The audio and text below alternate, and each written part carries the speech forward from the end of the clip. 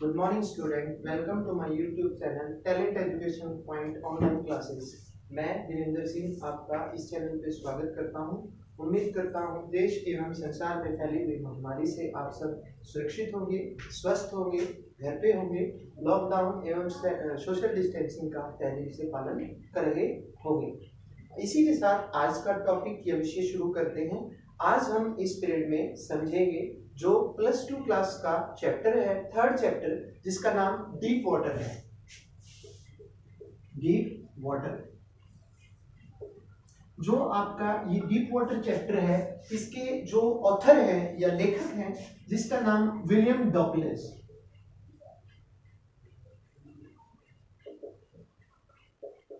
William Douglas है। अगर हम इस चैप्टर को एनालाइज करें, मैंने जैसे आपको पहले ही बताया था बेटा हर वीडियो में कि आप जब कोई भी चैप्टर समझते हैं, किसी भी चैप्टर के ब्रीफ स्केच को जानने की कोशिश करते हैं या किसी भी चैप्टर के समरी को पढ़ते हैं, तो सबसे पहला जो आपका काम होना चाहिए वो टाइटल को या शीर्षक को एनालाइज करके समझना होना चाहिए, जिसके कारण 25 से 30% जो ऑथर की थीम होती है, जो कॉन्सेप्ट होता है, वो आपको समझ में आ जाए। जैसे डीप वाटर की बात करें तो डीप मतलब गहरा, वाटर मतलब पानी, गहरा पानी जो आपका शीर्षक है। इस चैप्टर में आप एक समझेंगे एक चीज कि एक वर्ड सीखेंगे जिसका नाम एवरेजन है। एवरेजन एवरेजन का मतलब वैसे तो घृणा होता है, लेकिन एवरेजन घृणा कब होती है? जब हम किसी चीज को पसंद नहीं करते या जब हम किसी चीज से डरते हैं। एवरेजन मीन्स किसी व्यक्ति को ऊंचाई से डर लगता है, किसी व्यक्ति को गहराई से डर लगता है, किसी व्यक्ति को अंधेरे से डर लगता है, वो उसका एवरेजन होता है। इसी चैप्टर में लेखक जो है विलियम डॉगलस, उनका एवरेजन है किससे? डीप वाटर से या गहरे पानी से।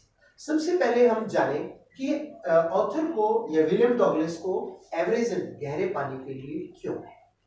When author was 3 or 4 years old, ध्यान दीजिए, जब विलियम डॉगलस 3 और 4 years old थे, 3 या 4 वर्ष के थे, he went, वो गए अपने पिता के साथ on a beach, एक बीच पे, जिसका नाम क्या था? कैलिफोर्निया। बीच पे गए। बीच आपको मालूम है समुद्र का जो तट होता है या किनारा होता है, जिसको बीच बोला जाता है, वहां पे गए। कौन? William Douglas. किसके साथ? अपने पिता के साथ। कब गए? जब वो 3 या 4 वर्ष के थे। He was just a small child. उस समय वो क्या थे? एक छोटे से बच्चे थे। And he stood on beach. वो खड़े थे समुद्र के अंदर, in the sea, when wave of sea were hitting them. जब समुद्र की लहरें, वेव आप सबको मालूम है बेटा क्या होता है? वेव जो लहर होती है, समुद्र की जो लहर थी वो टकरा रही थी किससे? लेखक से और उसके पिता से। एंड सडनली व्हाट हैपेंड, तुरंत क्या हुआ? One strong wave hit author, एक स्ट्रॉन्ग लहर जो थी वो टकराई किससे? लेखक से। एंड ऑथर फॉलन इन, लेखक उसमें गिरा कुछ समय के लिए। एंड व्हेन हिज फादर सा, जब उसके पिता ने देखा, it took him outside the wave, उसने लहर से बाहर उसको निकाला। बट परंतु यहां पे लहर से निकालने के बाद जो लेखक की स्थिति थी, when he was in the water, into the water, जब पानी के अंदर थे, he was feeling very suffocating. suffocating मतलब जब आप दौड़ते हो तो जब आप पानी के अंदर होते हो तो हाफते हो, that is called suffocating. यही स्थिति थी किसकी? ऑथर या लेखक की। पर इस तरह से टाइम पास्ट, समय बीतता गया, and author was grown up about 13 to 14 years boy. 13 to 14 years old, 13 से 14 साल का लेखक हो गया।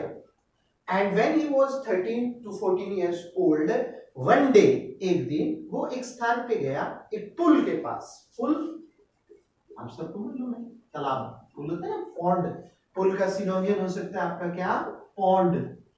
ये पॉन्ड है, पॉन्ड्स नहीं समझना कभी क्रीम समझो, बल्कि ये क्या है, पॉन्ड है। पॉन्ड तालाब, झोड़ इत्यादि जिसको बोला जाता है। वहां पे गया पॉन्ड पे, पुल में। और ये पुल कहाँ था, एक स्थान पे, YMCA पुल। ये तो पुल का नाम हुआ, YMC पुल, ठीक है। और ये पुल कहाँ था, एक स्थान पे जिसको याकिमा नाम का स्थान बोला जाता है। क्या नाम बोला जाता है, याकिमा नाम का स्थान बोला जाता है। एंड व्हाट हैपेंड, ये जो पुल था, आपको मालूम है पुल या स्विमिंग पूल जो होता है वो कैसे होता है कि पहले तो कम गहराई और बाद में ज्यादा गहराई।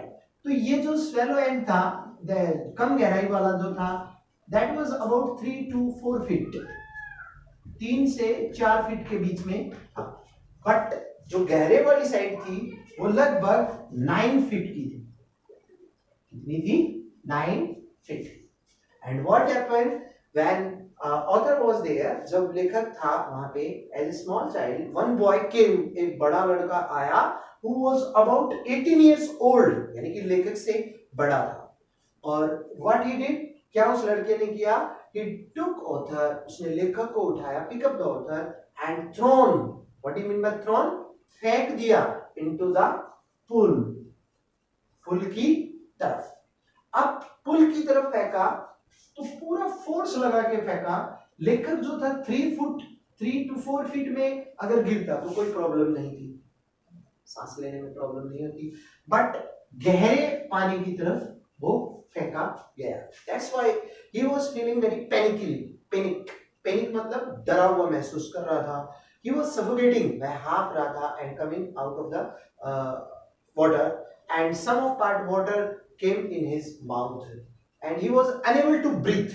उसके सांस लेने में भी प्रॉब्लम हो रही थी, and he was making great effort to come out of the water. बहुत ज्यादा प्रयास कर रहा था पानी से आने के। अब जो ये 9 फीट की गहराई थी, अगर बंदे को स्विमिंग करना है तो 9 फीट डजंट मैटर, 9 फीट के कोई महत्व नहीं है। लेकिन प्रॉब्लम किसके लिए होती है, जिसको तैरना नहीं आता, विलियम डगलस की तरह। तो यहाँ पे समस्या क्या हुई, ये जो 9 फीट थे, लेखक को लग रहा था 90 फीट के लगभग, क्योंकि इसको तैरना नहीं आता था।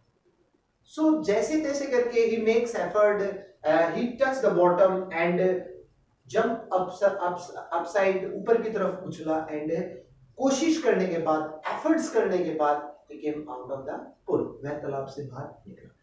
And that was the day. ये 2 इंसिडेंट हो गए, एक तो आपका कैलिफोर्निया का और दूसरा YMC याकिमा का।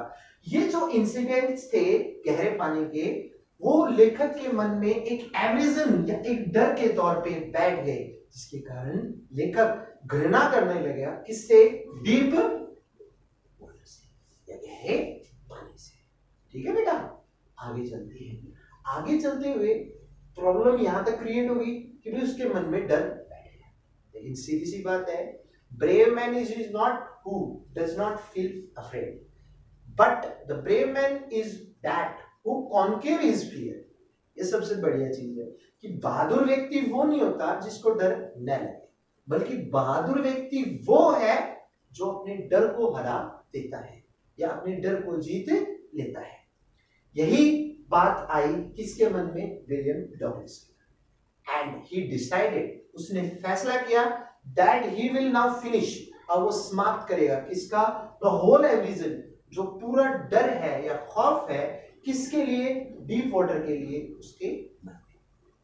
फॉर दैट, उसके लिए ही हायर्ड एन इंस्ट्रक्टर।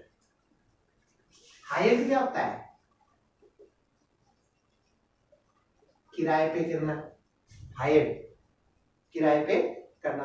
क्या है हायर किया उसने, इंस्ट्रक्टर। इंस्ट्रक्टर क्या होता है, जो आपको दिशा, इंस्ट्रक्ट से बना है इंस्ट्रक्टर। इंस्ट्रक्ट मतलब दिशा निर्देश, और इंस्ट्रक्टर क्या हो गया, दिशा निर्देश देने वाला या सिखाने वाला। और लेखक को क्या सिखाने वाला, स्विमिंग। क्या सिखाने वाला, swimming. So author decided to hire an instructor. लेखक ने फैसला किया कि वो एक इंस्ट्रक्टर को रखेगा टू लर्न स्विम, ताकि उसको तैरना आ सके। And because he want to finish his aversion of deep water, क्योंकि वो अपने डर को समाप्त करना चाहता था जो उसके मन में गहरे पानी के प्रति। एंड व्हेन इंस्ट्रक्टर केम, जब इंस्ट्रक्टर आया, he used a trick, उसने एक ट्रिक का प्रयोग किया। and what was the trick? he tied a belt around the stomach of author, उसने क्या किया, एक बेल्ट का निर्माण किया ऑथर के लिए, ठीक है, और उसको लेखक के पेट के पास बांध दिया या विलियम डगलस के पास बांध दिया। Okay, then he tied a रोप, फिर उसने एक रोप को बांधा, रस्सी को बांधा, किससे, बेल्ट से। And he told, instructor told author, instructor ने कहा to go inside the water and don't feel panic, आप जाइए पानी के अंदर लेकिन आप डरिए नहीं। When you go inside the water, जब आप पानी के अंदर जाओ, एंड यू फील अफ्रेड, जब आपको डर लगे, जस्ट कॉल मी, आप मेरे को बुलाना या चिल्लाना, क्राई और yell, then I will pull you, मैं आपको रस्सी के द्वारा खींच लूंगा। And author did this, author ने यही किया, he went outside the water, वह पानी के अंदर गया। and when he felt scared about deep water, जब उसे भय लगने लगा गहरे पानी के प्रति, whenever he feel afraid, जब भी उसे डर लगता, he cried, वह चिल्लाता, and instructor told him, and there author also practiced there, आपको मालूम है स्विमिंग करने के लिए प्रैक्टिस करना पड़ता है, हाथ पैरों को मारना पड़ता है, वैसे ही ऑथर प्रैक्टिस ए लॉट, लेखक ने बहुत प्रयास किया। एंड एट लास्ट, अंत में लेखक बिकम ए गुड स्विमर, लेखक जो था वो एक अच्छा तैराकी बन गया।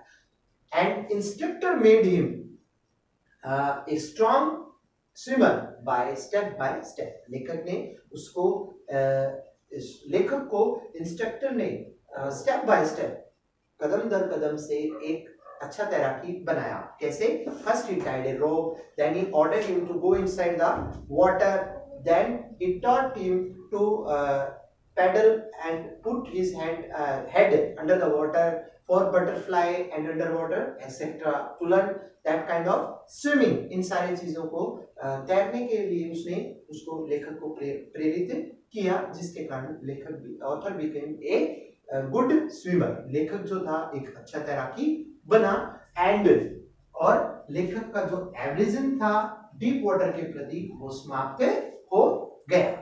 इस तरह से हमने इस चैप्टर में ये सीखा कि जो डर होता है वो बहादुर या हमारी कमजोरी क्या है कि हम उस डर से हार मान लेते हैं, but we should defeat our fear, हमें हराना चाहिए किसको, हमारे डर को। And that is only possible, केवल वही संभावना होती है when we conquer our fear, जब हम हरा सकते हैं इसको, हमारे डर को।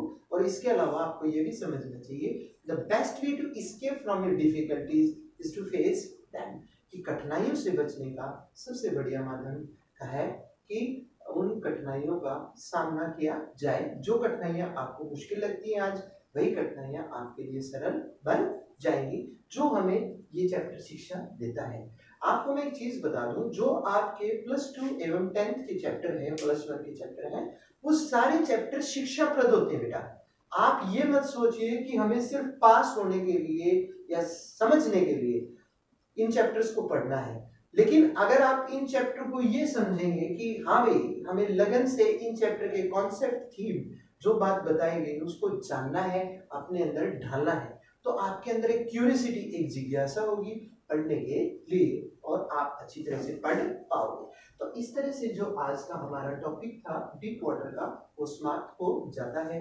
मैं उम्मीद करता हूँ कि आप सबको ये पसंद आया होगा, समझ में आया होगा। अगर आपको कोई त्रुटि या कमी लगी हो तो आप कमेंट्स बॉक्स में अपने विचार डालें। चैनल को सब्सक्राइब नहीं किया हो तो चैनल को सब्सक्राइब करें और व्यूज डालें, अपने लाइक करें और अपने घरों पे सुरक्षित एवं सावधानी बरतें और खुश रहें। इसी के साथ आज के विषय को मैं समाप्त करता हूँ। जय हिंद, जय Bharat. Thank you and have a nice day.